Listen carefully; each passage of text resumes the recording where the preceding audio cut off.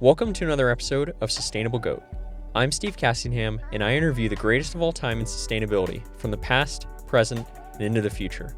In this episode, I talk with Lindsay McCormick, founder and CEO of Bite. Toothpaste tubes are a huge contributor to trash, and most toothpastes are not very clean when it comes to product transparency. Well, Lindsay set out to change this narrative and is the true story of started it out of a living room. Bite creates clean, sustainable toothpaste tablets, deodorant. Bite has created clean, sustainable toothpaste tablets, deodorant, and is expanding into other products in your everyday life. Let's jump right into Lindseys Story. I'd love to start with just a little bit about your story and where you're from and how you became who you are today. Yeah, absolutely. So, my name is Lindsay McCormick. I'm the founder and CEO of Bite, and I've always been, really passionate about the environment. I was a long time vegan vegetarian. I literally turned vegetarian when I was like 6 years old, 7 years old. My parents they were floored. They were like, they didn't understand what to do with me. They were like, okay, well, you just need to eat a peanut butter sandwich with every meal so you get your protein. They're just like they're like, whatever, man, you do you. And then I became a surf instructor and a snowboard instructor after college. So I was out in the water in the mountains every day. And, I taught right up here in Malibu, and I was kind of seeing the amount of plastic. I'd done it for 4 years, and the beginning of, teaching. And then towards the end, I was just noticing kind of more and more plastic washing up on my board. And so I eventually went into TV. I was a TV producer, and I was kind of building up my toolkit. I wanted to make my own documentaries, like nature, animal, wildlife documentaries, Yay. which was like my dream job. And I was like, honestly, like I was in TV. I was working on a show for HGTV. I had worked, on shows for Travel Channel and like Discovery, but before Bite, it was HGTV, and I loved it. I was traveling all the time for work, kind of building up that toolkit. And it was from when I was traveling that I noticed I was going through those little toothpaste tubes, and it was super wasteful. Like it felt like I had my shampoo and my conditioner. I would just refill it every time I was home, between shoots. But then I was throwing out this little toothpaste tube, and I was just like, I was like, there's got to be something that I can bring so I can travel with that I'm not throwing out this little piece of plastic. And so I looked on the market, and there was nothing that worked for that, and then I started learning about all of the harsh chemicals, artificial flavors, preservatives that are in commercial toothpaste, and the fact that a lot of it is tested on animals. And I'm a longtime vegan. So I was like, wait a minute. I was like, I gotta figure out like totally different like options for this. And that was the beginning of Bite. That was in 2018. Wow. Okay, so your story is fascinating. Wow, this is because I'm originally from Santa Cruz, so like that whole like mountain surf beach, I totally get it. And even I was in Santa Barbara for a little bit, and there's so much trash that just washes up on the beach on your board. And I don't think it's something that a lot of people realize unless you're kind of in that environment necessarily, or they see a PR campaign about it.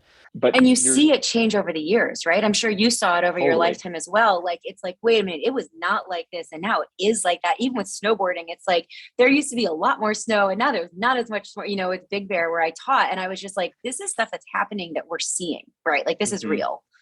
Yeah, and especially on a long enough timeline, you can definitely tangibly see that change. Your shift from, I mean, surf and snowboard instructor, which I think is awesome, by the way, to producing. What was kind of the inspiration around that? I know you wanted to make films, but was it producing is a very specific job for sure. Were you kind of lit up by that? Yeah, and I started at the bottom. Like I was on my 29th birthday, I think I was making $600 a week as an assistant. Like literally that was my first day of work, and like that was what I was making. So I chose to spend my 20s like surfing and snowboarding, and I was like, I need to start from the bottom. I need to learn everything that I can. I was an assistant to two heads of a production company, and I learned a ton from them. And they did a lot of programming for Nat Geo, a lot for Discovery, which was like my dream job. Mhm. And so I just went in there, and I was a terrible assistant. Like, I'm so thankful for those guys for giving me a chance. Like, I had never worked in an office environment. I didn't know how to work a printer. Like, it was very stressful for me. But I figured it out. I learned it. And I just kept working my way up. And so it was something that I think, being a 29-year-old in a sea of 22-year-olds who are also doing that job, it gave me that motivation of being like, I know what I want. I need to go for it. I just need to work hard, keep my head down and go. And so it was from there kind of like promotion. I went from assistant to, a production assistant to, associate producer, production coordinator, associate producer, and then running the integration department at the production company I was at when I left. And so it was the discipline that it took to work that hard was really helpful building my own company. So because that's what I wanted to talk about. You take this leap into suddenly, okay, I'm going to make this product, I'm going to solve this problem. And then I would imagine there's a moment where you're like, wait, am I really going to jump in and do this? Okay, I'll leave. I'll figure this out. I mean, what did you do when you're like, okay, now what? Yeah, I mean, that's a great question. And I guess so first, for anybody who's listening, who's not familiar with Bite, our first product was a dry toothpaste tablet. So it's a dry toothpaste tablet. It comes in a glass jar with an aluminum lid and compostable refill pouches. So the whole idea is that instead of, throwing out a plastic toothpaste tube or even recycling a glass jar every time, you just keep refilling it infinitely. And so since then, we've released mouthwash tablets, bamboo toothbrush, floss, whitening gel, and most recently deodorant, all plastic free and aligned with our values with ingredients, transparency, and vegan, cruelty free. But back at the beginning, I mean, it was like me sitting, I mean, it started as like, okay, like how does not exist, right? And like what did exist was like tasted terrible or came in plastic. And I was like, okay, so how would I make this if I wanted to make it perfect for me and for my friends who are in the same situation? So I took online chemistry classes. I started talking to dentists and dental hygienists. Like I would stack my drive, like from my house to my office for production. I would stack it with calling like any friend that became like a dentist, a chemist, like a dental hygienist. Like I didn't care if they worked reception at a dental office. I was like, hey, can you like let me know? Like I was hitting up people on Facebook, just being like, what do you think of this? And what do you think of these ingredients? And what do you think of these things? And so it was from there that I was like, okay, so I'm going to make a powder. And I didn't want to actually put it in a tablet form because buying a tableting machine was $1,000. And I was like, that's kind of absurd. Like, I was like, this is a hobby. Like, I'm just kind of interested in this. I'm not going to, put $1,000 into this, And so I tried like making these like little balls. Like I mixed it with coconut oil and tried to like pipe it out with like a pastry thing or whatever. Yeah. And I was like, and I tried to bake it. And I set my toaster oven on fire and I was like, okay, like this is it. I just got to get sorry, my dog's right here. He's barking at people. I was like, I just have to get a tableting machine. So I bought a tableting machine, had no idea how to use it. I had to fly to Texas to get trained on how to use this tableting machine. And I did that. And then I was literally pressing these things out in my living room. And it was definitely a start. That's for sure. So when was your decision to, walk away from producing and jump into actually just doing this? I mean, because you're doing it in your living room. I'd imagine it was a bit of like kind of a side hustle. You're like, you know what, I'm just going to try and figure this out and get this to people around me and product test it and get some feedback. But, there was a certain point where Bite became a real company. That's a good question. So I actually, and this is advice that I give to other founders, because I feel like there's so much contradicting advice that I feel like I have to be the one on the table or someone at the table saying this. I took a really long time to quit my job. Like I didn't quit my TV job until Bite had gone so like bonkers viral that like it was pulling me into it. Like there was no option but to quit my job and do this. And I did that for a few reasons. Like one, at the beginning, when you have this company, it's this baby bird of a company, and you're doing all these things to protect it and feed it and keep it safe. And you're trying to do, like marketing, and every little dollar matters. And I didn't want to feed myself from that little like harmless baby bird. I was like, this is not something that I should kill.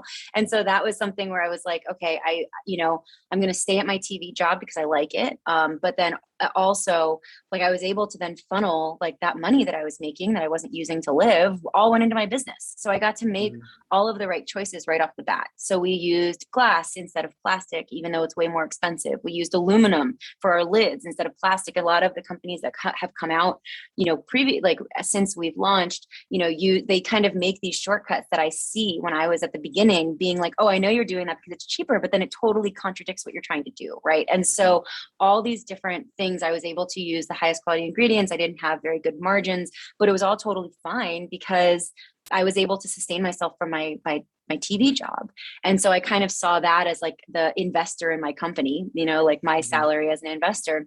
And I grew that way. And so it wasn't until we ended up having a video go viral on Facebook that really launched the company. And it went from, I had done, I think, $6,000 in sales that first year to then $200,000 in sales within like a few days. And the video had like a few million views. They had like 2 million views within the first few days and then $200,000. And I was still making this stuff in my living room. Yeah, I was going to say, are you just in your living room, just sitting there all day? I had to stop. It's actually really funny because so my boyfriend jumped in and he's now my co-founder. He does our brand and creative. And he, at one point I was like, oh my God, I have to make so many tablets. And he was like, you need a manufacturer. And I was like, oh, I need a manufacturer. It's like, that's what we need. So I literally, at that point I had to like stop everything I was doing. I had to find a manufacturer, teach them how to make this super weird product, all these different ingredients that it was new to them. And we had to find a manufacturer and kind of get going. So that's what we did. And that was like that was the beginning. So that was like, all right, now I got to quit my job. Like that's like, finally, I was like that but I gave them like more than 2 weeks because I wanted to make sure that I had the person who was doing my job and a good point. Because I get it. Like now I'm a business owner. Like you don't want someone to just like leave, and I didn't want to leave them in a bad spot. So I was like, okay, I just need to do both jobs and I need to do that. So that's what I did for quite some time. Yeah. And from like a founder perspective for other people that are starting businesses, like I love that your story is this way because I think there's so much excitement around just like, I quit my job and I started this, but there's a lot of grit and a lot of work that's got to go into building any company. I think it's been communicated that it's a lot easier than it seems. The late nights, the literal hours in your living room doing this when, you aren't technically paying yourself for it. What was that like, that process where you were like, okay, now I'm actually going to leave. I'm going to jump into this full time. Like, was it scary at all? Were you like, okay, I got this, I'm taking the reins? No, I was terrified. So, I mean, I guess like the first thing, like the case to staying at your day job, right, for as long as you possibly can, besides the financial reason, which is huge, right? Like we all need to eat, and and you don't want to feed yourself off your company too soon. That is like a great way to start making bad short-term decisions that are not going to put you in a great spot, right? So I think that's like one thing. But then the other thing is that the work ethic that's built when you're working full-time at your day job and then you're working full-time at your passion is the exact discipline and work ethic that you're going to need to maintain this now new booming career or job or company, And so when I look back and I think how I was working TV, I'd work, like 9 to 7, and then I would work bite like 8 to 2 in the morning. And it's like, those are kind of the hours that we put in the first 3 years, even after I quit my job. So it's like, it was the same amount of work. It just was no longer for another person. It was just for bite at that point. And I think, thank goodness I built that muscle then, because not many people operate that way, and I think that there's a lot about work-life balance. All that's totally true. I think when you first start a company, you need to accept the fact that you will be totally out of balance. Like if starting a company was super easy and you could have like a totally easy work-life balance, blah, blah, everyone would do it, right? Everyone would have incredibly successful companies. Like the whole thing is that it is a lot of work and you have to do it. And it, hopefully if you're really lucky, it pays off. But so I think that that's something, that I didn't really know at the time would be such a blessing, right? Like something that I was like, holy cow, that really trained me in a really helpful way.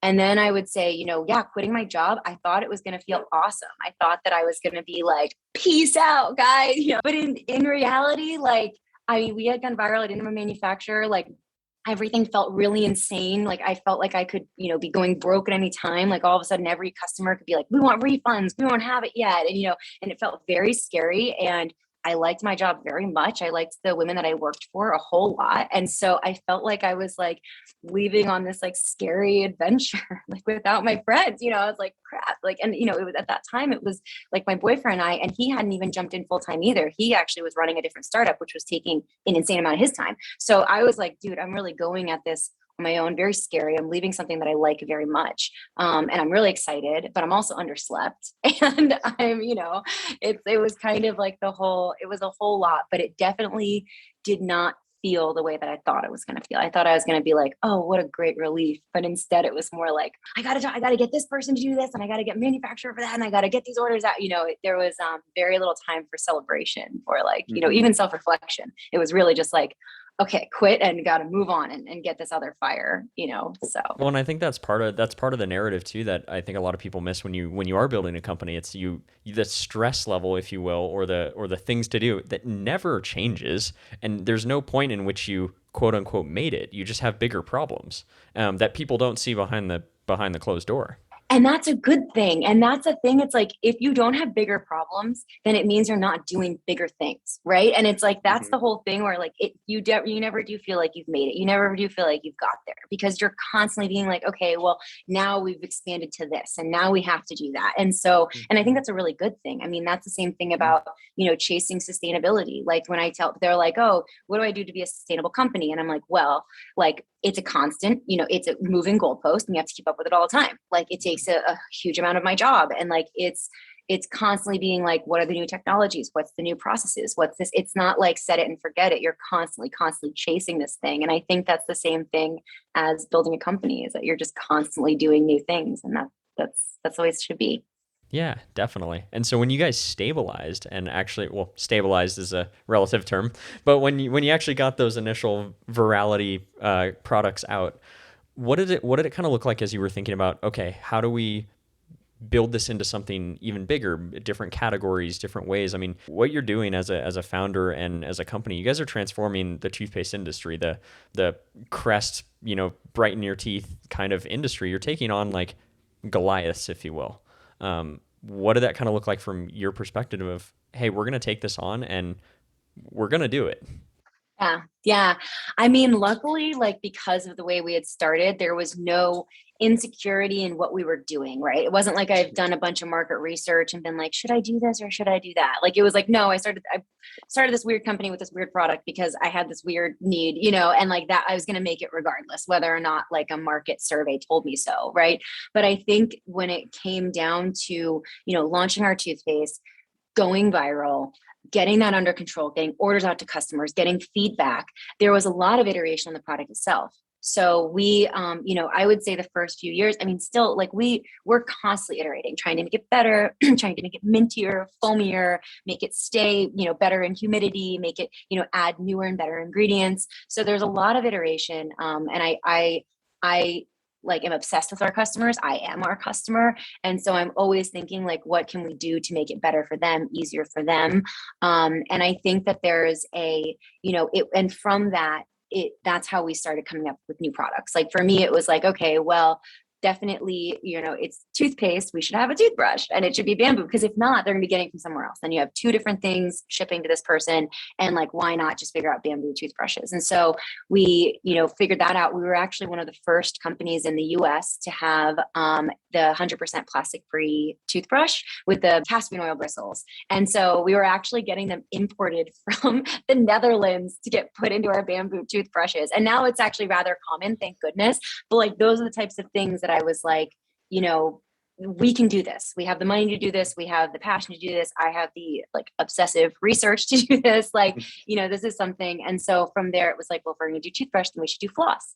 And if we're going to do floss, like, what about a mouthwash tablet? And so then I actually made the mouthwash tablet here, like the first iterations of it. I was making it, and then I taught our manufacturer how to make it. And then through there, our customers were the one who asked for whitening gel. So they had been asking for it for a long time.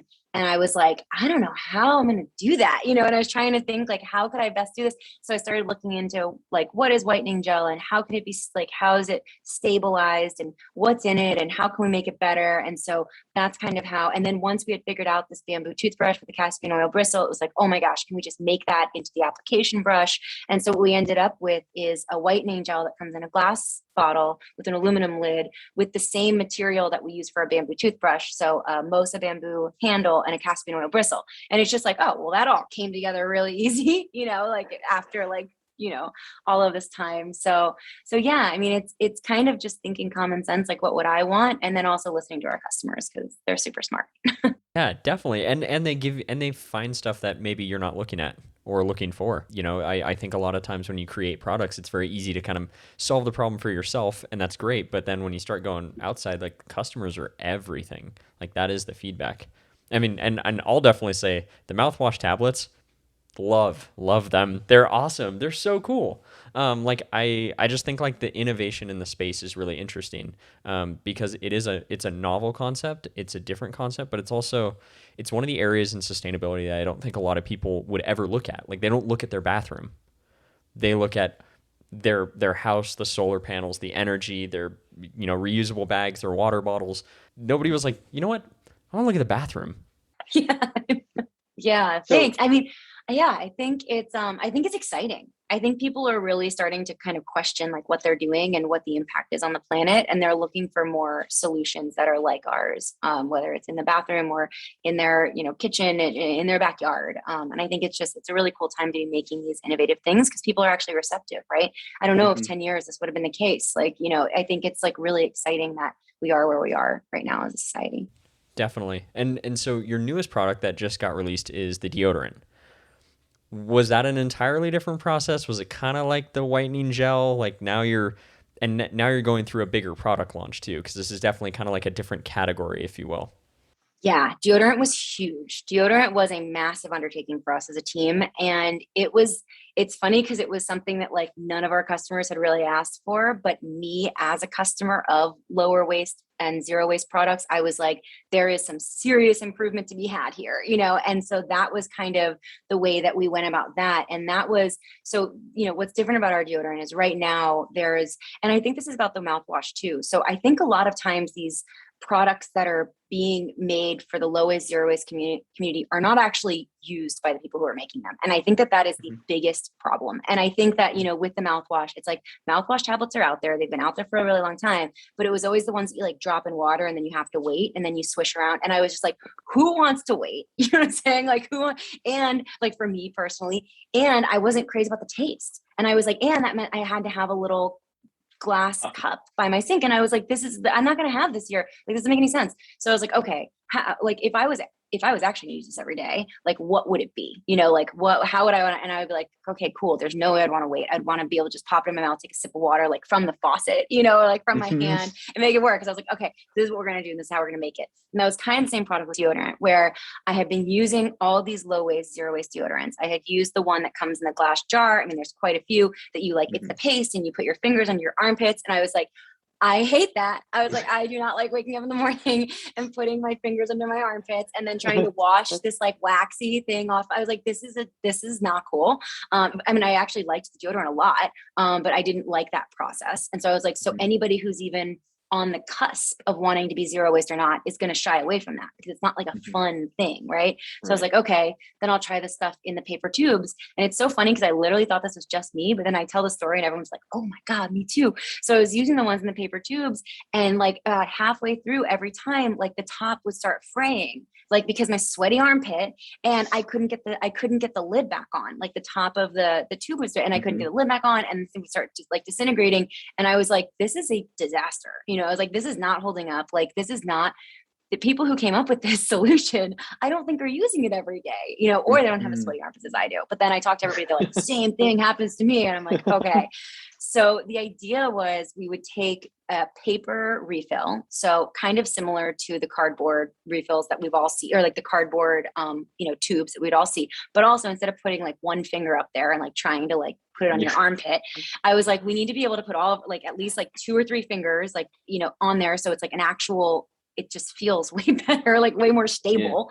And instead of having the cardboard, we made a case. So it's a metal, it's basically this like beautiful, shiny metal case with the, it's aluminum case with the cardboard refill. So you put the cardboard refill inside the case, and then you push it up from the bottom, and it basically will stay there. So it will stay there. So like, even if it doesn't, like for some reason yours slips down because like maybe the formula constricts because you're in a cold place or a hot place or whatever, it's still not hard to push up. It's like very easy to push up, but it works like a totally regular deodorant, like it would be in plastic. It's just like the deodorant, but it's there, but there's no plastic at all.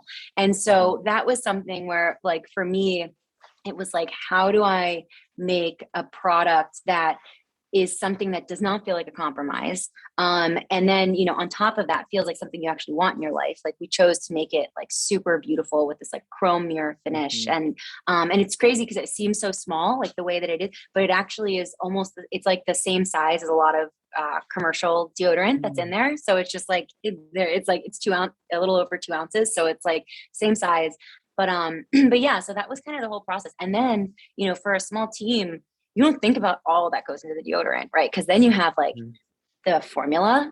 And so it needed to be palm oil free. I didn't want it to have baking soda because that has a lot of people have reactions to that, but it needed to be effective. And then you have the component that's the aluminum, which is like, okay, that was custom componentry. We had to like create what's this going to look like, how's this going to work and feel and be. And then there was the refill. So like, how is this going to work? How's the riser going to go? And so, at that point, for the majority of deodorant, like we've been working up past year, there was like 6 of us or 8 of us. And so like, that was a huge initiative.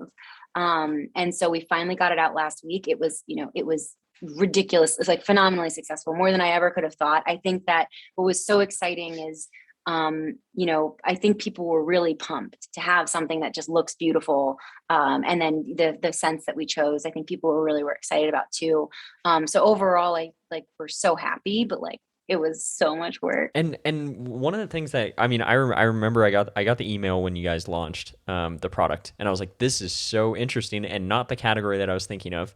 Go into immediately, and the detail that you guys went into to actually go through all of the materials, chemical, like everything that makes up the deodorant, it was so incredibly transparent. And that I would love if you can talk more about the transparency of things, because specifically any type of healthcare beauty product generally is extremely lacking in transparency. And that's something that you guys have always kind of remained very strong on. How has that kind of been through the whole company, that transparency aspect for the consumers? Yeah, I think it's so important. I think that we owe it to them. And I think that that's something that's the reason that our company, that like this small team kind of operating out of a living room, have been able to go against the big guys, because our customers aren't just customers, they become advocates. And they become advocates because we give them all of the information that we possibly can, and we're totally transparent with them. And so it's funny that you kind of talking about the ingredients. I literally was the one who wrote that blog post, and you can tell if it looks like crap. No, it looks great. Like 2 nights before, we're gonna make it pretty. Like, I had no idea it was gonna be that. Like, we looked at it, it was like Shopify gives you these metrics on the back end, and they're like, this blog post is one of the most successful blog posts of its time. And I'm like, no, like, no one's supposed to be seeing that right now. I'm like, it's literally just text. There's like no photos or anything, but we're going to make it pretty. It just hasn't been pretty yet. But what we did is, we had to make a choice, right? So in our deodorant, we had to choose if we were going to say fragrance or if we were going to list out every single ingredient in these fragrances. And for me, I was like, I'm not going to have an ingredients list that's like 42 million things long, because it loses the importance. Like, at that point, it just, you look at it and you're like, I don't know what any of this means. Like, I'm out of here.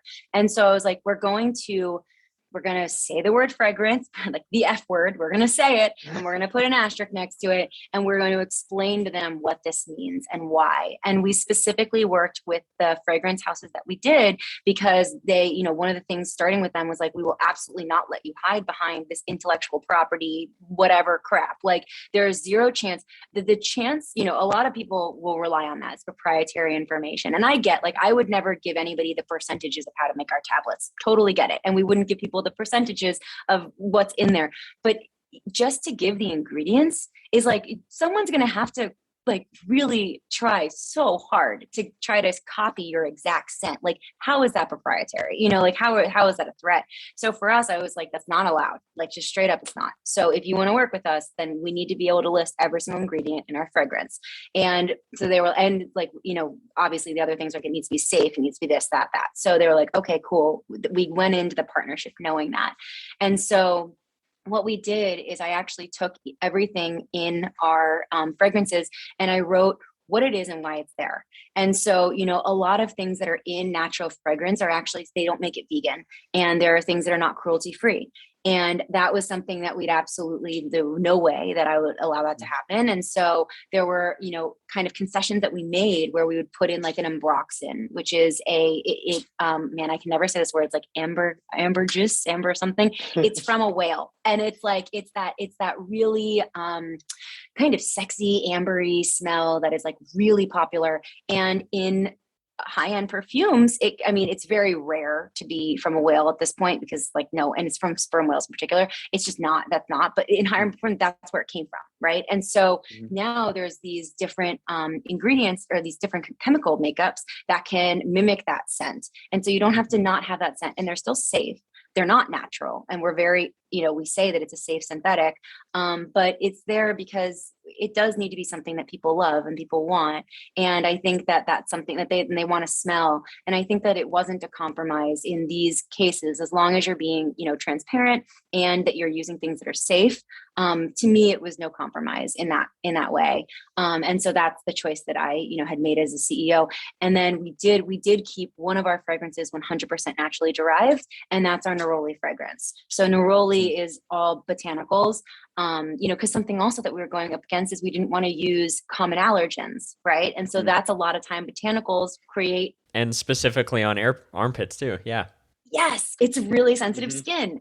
And so that was something that we were up against too. So that was a whole thing where I was like, and this was kind of, a dialogue that I like had to have in my head with our customer before we did this, being like, do I think they're going to be okay with this? Yes, I do, as long as I say exactly why, and we need to be just totally like, this is the choice that we made and this is why, and, always open to getting feedback and everything. But so far, everybody totally gets it. We see why.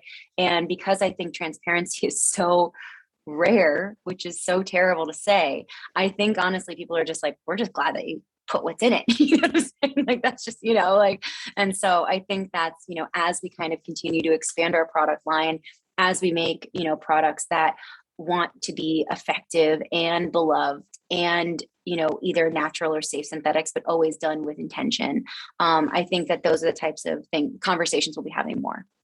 So do you think that that's kind of, I think a lot of your success as a company, it's not only, doing something innovative, but you have this mindset of always thinking about the customer and what they would think. Does that come from the side that you are a consumer and you are that type of person with all of your products? And then how does that pull into actually how you decide to make decisions in the company? Like, is that like a really huge guiding principle for you guys? Yeah, it is for both things. So one, I am our customer. So I try to think a lot about what I'm looking and the purchasing decisions that I make and why, and the information that I look and why. So that's been just, I feel super helpful, and I think that that's like a superpower that I kind of have, where it's like, this is the first time I'm running a company. I did not expect Bite to be a company, right? Like, I was like, I'm solving a problem. But I think that I've been able to kind of turn into the superpower of being like, I understand because this is me. And it's like, I don't try to project entirely. Like, there's always going to be things that are going to be different and people want different things, especially as our customer base expands. There's people who care a little less about sustainability, but they want stuff that like smells really good and looks really good in their home. And so, I think as we grow, our customer base looks a little less and less like me, but always the heart is going to be the advocates who tell their friends and family who kind of started this all.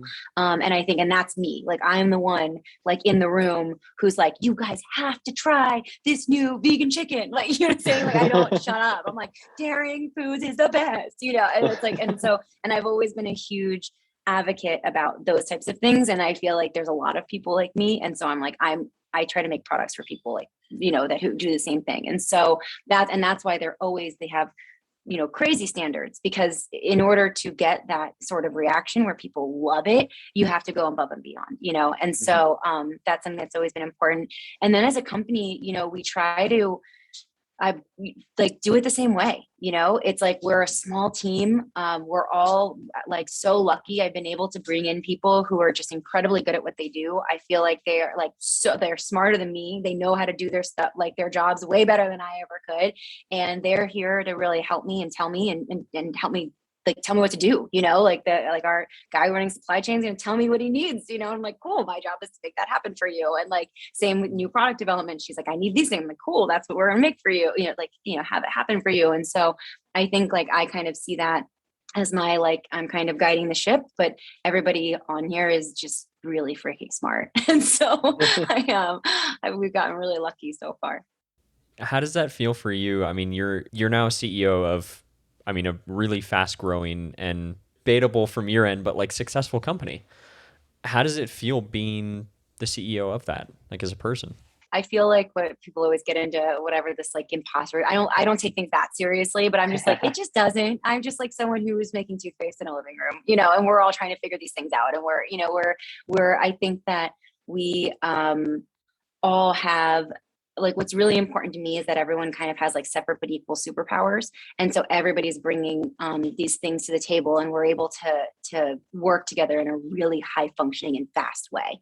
And so for me, I guess it's I played competitive sports growing up. So snowboard instructor, surf instructor, but then also I played soccer, travel soccer for forever. And I was the goalie. I was always into the things by myself, I guess, but it's bringing together the team and then having trust that everyone's going to get it done and make it happen and keep getting better and challenge each other to get better. And so that's the mentality we have. And it's really fun. So I know that work-life balance is always a bit of a struggle. But when you do get a little bit of that life balance, what is your favorite place to enjoy nature? Man, I mean, oh my God, that's so hard to say. I guess I can't make a forever trip, but I can do right now. So I got into freediving during quarantine. And I've been scuba certified for a long time, but I started freediving during quarantine, and I really, really like it. And I never thought I would. I was like, what? It's kind of just snorkeling when I was what the heck is the point of this thing? But it's actually it's so fun. And I think that it's a really cool way to appreciate the ocean. And again, I'd also been a surf instructor or a surfer for so long that you're always on top of it. But I really like freediving, and I really like being able to get into, and it's you're down under the water and you're not scaring the animals with your tank or anything like that. When you're scuba, you're all so loud and everything. And so it's just a totally different experience. And you also are down there way faster. So it's up and down and up and down. And there's really great places to do that around here, where there's some kelp beds and there's some places with the sea lions and little harbor seals. And so that's been something that, learning to do over quarantine and then doing that has been really, really nice. But also just the woods, the forest. I don't get out in nature as often as I should. But so at least that's why freediving is kind of easy for me to do now too. So I have never gone freediving. I know there's a certain level of oh man, I'm holding my breath underwater and I'm going pretty far down. What was that learning experience like for you to do that? Crazy. It's crazy. And I really recommend people do it, because I was actually very scared of it. I did not like the idea of building up, what is it? You build up the carbon dioxide in your blood. And okay, so first of all, I got professionally trained. I took classes. Mm-hmm. So, which I recommend everybody do. The freediving, they talk about how incredibly dangerous it is. It's dangerous if you're not trained. It's dangerous if you're pushing yourself to limits, right? And in a competition sense. And so it's really not dangerous if you're just kind of messing around the way I am. But so I took classes, and it's really interesting because so when you hold your breath, you're basically you do this thing, I forget what everything's called, but you're face down in the water, and so you're just putting your face in the water, and you have a buddy on you, and they're tapping you at every 15-second interval, and you're trying to hold your breath as long as you can. And what will happen is that your body will like panic, and your body is panicking because there's a buildup of oxygen in your, buildup of CO2, buildup of something. And your body's like, get this out. Right. And so what happens is like, there's like a kick where like, it really wants you to get it out. And if you push past that kick, which means like literally like go through your internal panic and be like, I'm not going to listen to you. I'm going to keep my head underwater. You actually have like another minute or so that you can hold your breath, which is crazy. So instead of like the 45 seconds that everyone's used to, and like, look, anybody listening at home, do not just go and do this. Like, yeah, don't, definitely not. And we're not recommending this. this in any way, shape, or form. You need to go with an instructor. But it was just like kind of feeling that physical limit of kids, like surfing, snowboarding, whatever, constantly pushing myself to limits. I like that. Feeling that limit and then going past it is like very cool, and so you do it in a pool at first, and then you do it in the water. And so for my certification test at the end, you have to do something called like line. Like there's like a line where it goes all the way down, and you have these huge fins, and you have to go all the way down to the this flag, and the instructor's with you the whole time. And then when you start feeling like, oh, okay, like this is stressful, like and it's really freaking cold. I'm in California. It's freaking cold. So you're just like, and it's really cold down there, and it's dark down there, and it's really clear down there. And so you get past like kind of the chop of the wave, and then you get down, and it's just like, it's cold and quiet and dark, and you can't breathe. And so you're like, okay, this is it, I'm going back up. And so I did. I think that I was like, I ranked in the middle of the class of how well I did, but it's really fun. And then once you do that and you go through your training, then there's little places that you can go, like in Pacific Palisades, where you can go and see like little pufferfish and like little like lobster and like all these really cool things. And they're just there, and like, they're totally not scared of you. And yeah, it's really, really cool. And you don't need any gear. I mean, besides a wetsuit and your fins. So yeah, that's really, really cool. Do you think that kind of, I mean, I translate a lot of that to the uncomfortable feeling that you get in life, in business, when, you have the stress, you have that.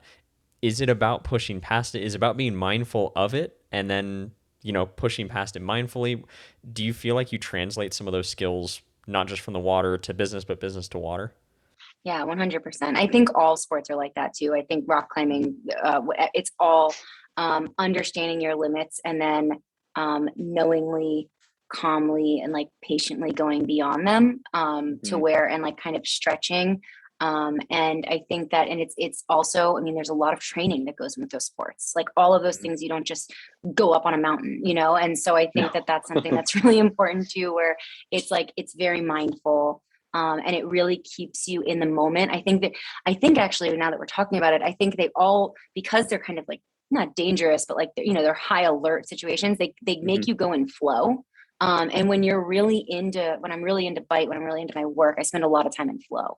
And so it's that same kind of flow state, whether it's, rock climbing or freediving or surfing or snowboarding or doing an interview or, figuring out new products and like researching ingredients and like really getting into things.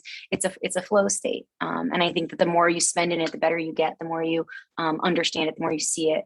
And you can't just always do it with work. So you have to find it other places too. Totally. I mean, I remember I started getting into climbing when I moved to Boulder, and yeah, when you start bouldering and you're on your first outdoor boulder and you're 18 feet up or something, you go, oh man, I have to keep going, because if I drop, it's really going to hurt, and I'm going to have to keep going up. I have to finish this. And it's a really interesting state of flow you get into. Like you suddenly get incredibly focused, and you're like, okay, I just have to do this, this, and this. And, what's the difference of this than in the gym when I've done it 100 times? And I think it's such a interesting experience to have, that high focus and state of flow. Yeah, 100%. And like in that position, like right when you said bouldering, I guess you realize like panic is a luxury that you cannot afford. Do you know what I'm saying? Like getting like panicky or upset or concerned is like absolutely not going to help the situation. No. And so you have to shove it like deep down in you and carry on. And I think that's incredibly helpful, honestly. Like, I think that's really helpful in stressful work situations. And I think it's really helpful in bouldering situations, in all those situations too. It's like panic is not an option here. Yeah, no, definitely not. And then that satisfaction when you're done and you get to the top, it's a really awesome feeling. You're like, wow, I achieved that. And then it doesn't seem as scary at all. And I always found that interesting. Yeah. So I also had another question for you. So do you remember your first sustainable product that you purchased that you were like, I'm going to be consciously sustainable about this purchase? Oh man, that is a great question.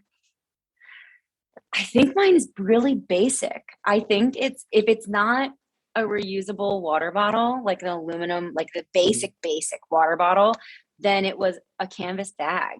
Like literally, I feel like those were the two that I feel like, you know what, it would have been the water bottle. Cause like I used to carry that thing around in high school. Like, and I'm old, I'm 37, so like that was a long time ago. But I used to have a reusable water bottle in high school. So yeah, I think that was that. That's awesome. Yeah, it's so interesting. So there's that and the nature question is actually what I ask every guest that comes on, and it's so interesting to hear the responses because a lot are actually water bottles. Some are actually I bought something that I knew I was going to keep for 30 years, and that was really interesting. It was like I bought I think it was like a chair, I think it was, and it was like it's incredibly well built chair. They're like, I'm not going to need to replace this for a very long time. And it was just this idea of like sustainability is also about resilience. It's like how can it last longer, and like even tying it to your product, like yes, glass is recyclable, but glass also lasts as long as it doesn't break. So it's something that can stay for a long time. And that's what I always found fascinating about sustainability is that it's kind of a hot topic right now, and it's a very common word that people are throwing around, but not necessarily encompassing what it actually means.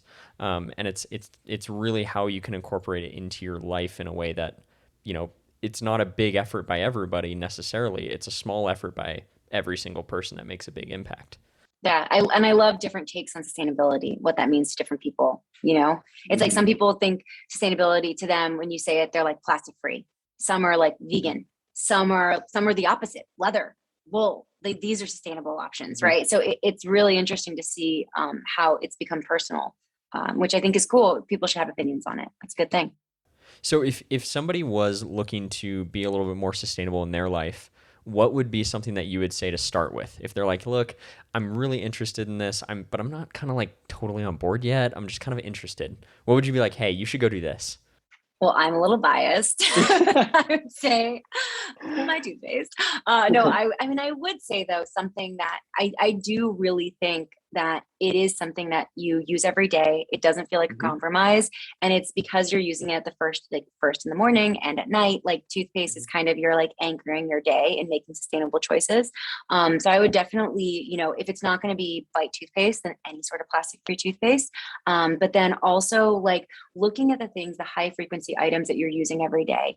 I think a lot of times it's like, you don't need a reusable water bottle if you work from home and you don't go out. Do you know what I'm saying? Like this is irrelevant. So like, it's not really about, and even so, it's like, if you're like a really, busy parent and you have to Postmate your groceries and that's what you do, you're a Postmate or DoorDash or whatever, you don't need canvas bags. You know what I'm saying? Like, that's just the way that it is. And so there's other things that you could be doing that really do have an impact. So I would look at, the high frequency things that you're doing every single day. So, looking at the things that you could do every day to make that choice. That's awesome.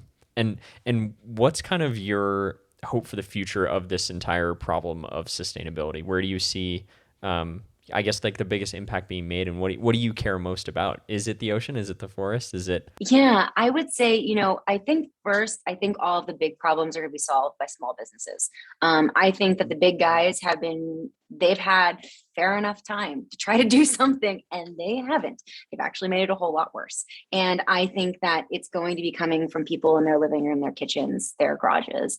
I think that that's what's going to be. And I think that, something that's really exciting about Bite is people ask all the time, like, well, what, do you think it's cool that the big brands are knocking you off? I mean, we looked at one of the biggest toothpaste companies in the world just released a toothpaste tablet, and in their description put bite-sized toothpaste bits. And I was like, that's hilarious. For me, it's like, that's how real change is going to happen. It's going to be the small businesses proving to big businesses that this is a viable market, that people care and they need to get with the program, or they're going to be irrelevant dinosaurs. And I think that it's not, I know that like my small business and other small businesses like mine can't do this all on our own. Like we are a higher priced product, and that's the way we will always be. We pay fair wages. We're made in the US. We work with like really expensive freaking materials and ingredients.